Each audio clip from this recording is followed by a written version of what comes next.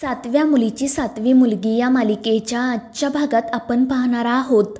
नेत्रा तिच्या रक्ताने ती पाचवी पेटी उघडते आणि मग त्या पेटीमधून एक दिव्य प्रकाश बाहेर येतो. सगळेजण हात जोडून त्या प्रकाशाकडेच बघत राहतात आणि मग त्यानंतर नेत्रा त्या पेटीमधून पिंपळ पान बाहेर काढते आणि मग त्यानंतर सगळेजण पेटीचा आशीर्वाद घेतात आणि मग नेत्रा त्या पिंपळ पानावर जो श्लोक लिहिलेला असतो तो श्लोक वाचायला सुरुवात करते. तर दुसरीकडे विरोचक ज्या दरीत कोसळला होता तिथे आबा जातात आणि तिथे ते विरोचकाचा शोध घ्यायला सुरुवात करतात, जेणेकरून नेत्राच्या हातून लवकरात लवकर त्याचा अंत व्हावा. तर इकडे नेत्रा त्या पिंपळ पानावर लिहिलेला श्लोक वाचत असते आणि त्यामध्ये असे लिहिलेले असते की, प्रेम शांती क्षमा ही तुझी शक्ती खरी, त्रिनयना माता तुझी तू दिव्य पुष्प भुवरी, तुझ्याच हाती दिधली तेजपुंजे ही धुरा, जन्म घेतलास तू संहारण्या त्या असुरा, मात्रा तसुभरही जरी युद्धासमयी बदलता, निष्फळ ठरे हे अस्त्र आणि दूर जाई सफलता. आणि मग हा श्लोक वाचून नेत्रा ते पिंपळ पान इंद्राणीकडे देते आणि मग इंद्राणी सगळ्यांना त्या श्लोकाचा अर्थ सांगू लागते. इंद्राणी नेत्राला म्हणत असते की प्रेम, शांती आणि क्षमा ही तुझी खरी शक्ती आहे आणि त्रिनयना देवी आई तुझी माता आहे. तिनेच तुझ्यासारख्या दिव्य आणि कोमल पुष्पाला या भूतलावर जन्म दिला आहे. पुढे ती म्हणते की त्रिनयना देवी आईने असुराचा म्हणजेच विरोचकाचा वध करण्याची धुरा तुझ्या हाती सोपवली आहे. तुझ्याशिवाय हे युद्ध लढले जाऊ शकत नाही. तुझ्याच हातून विरोचकाचा अंत होणार आहे. आणि श्लोकाचा हा अर्थ ऐकून अद्वैत आणि शेखरला खूप आनंद होतो. तर दुसरीकडे आबा अजूनही त्या जंगलामध्ये विरोचकाचा शोध घेत असतात. ते एकटेच त्या ठिकाणी फिरत असतात आणि विरोचक नेमका कुठे आहे आणि कोणत्या परिस्थितीमध्ये आहे हे शोधत असतात. तर इकडे नेत्रा आणि इंद्राणी त्या श्लोकांचा अर्थ लावत असतात. इंद्राणी नेत्राला सांगत असते की तू जलतत्व आहे आणि जलतत्व हे भूमितत्वापेक्षा आणि अग्नितत्वापेक्षा श्रेष्ठ आहे. कारण जलतत्व जसं नवनिर्मिती करू शकतं तसंच ते संहारही करू शकतं. आणि मग त्यानंतर त्यांना असंही कळतं की त्रेतायुगामध्ये देवी आईने विरोचकाचा वध केल्यानंतर फक्त त्याच्या देहाला मुक्ती मिळाली होती, पण त्याच्या अस्थींपासून देवी आईने एक अस्त्र म्हणजेच एक शस्त्र तयार केलं. मात्र विरोचकाच्या अस्थींनी देवी आईकडे क्षमा मागितली आणि त्यांना मुक्त करण्याची विनंती केली.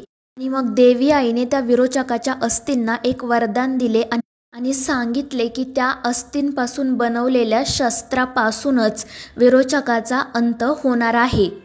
आणि ते ऐकून शेखर म्हणतो, म्हणजे विरोचकाच्या अस्थींपासून जे शस्त्र बनवले आहे त्यानेच फक्त विरोचकाचा अंत होऊ शकतो का? आणि त्यावर इंद्राणी म्हणते, हो शेखर.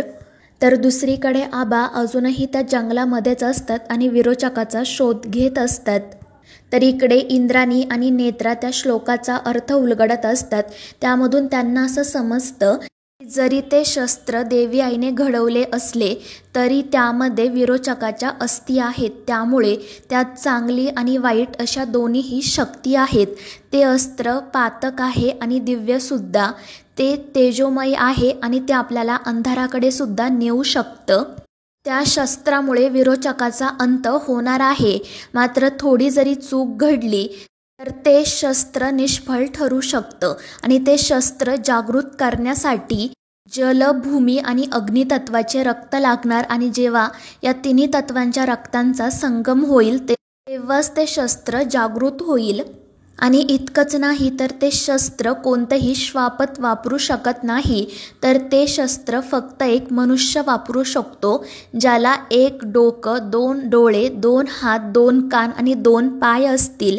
आणि यामध्ये थोडी जरी चूक घडली तर ते शस्त्र निष्फळ ठरेल. आणि ह्या श्लोकाचा हा अर्थ उलगडल्यानंतर सगळे एकमेकांकडे आश्चर्याने बघत असतात. नेत्रा विचारत असते, पण आत्या ते शस्त्र नेमकं कुठे असेल? कारण या श्लोकामध्ये त्याचा काहीच उल्लेख दिलेला नाहीये. तर अद्वैत म्हणतो की तसं तर हे शस्त्र पेटीतच असायला हवं.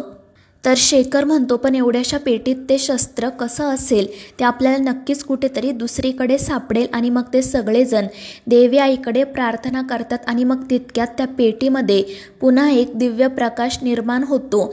सगळेजण आश्चर्याने त्या पेटीकडे बघू लागतात आणि मग नेत्रा त्या पेटीमधून ते शस्त्र बाहेर काढते, जे विरोचकाच्या अस्थिंपासून बनवलेले असते.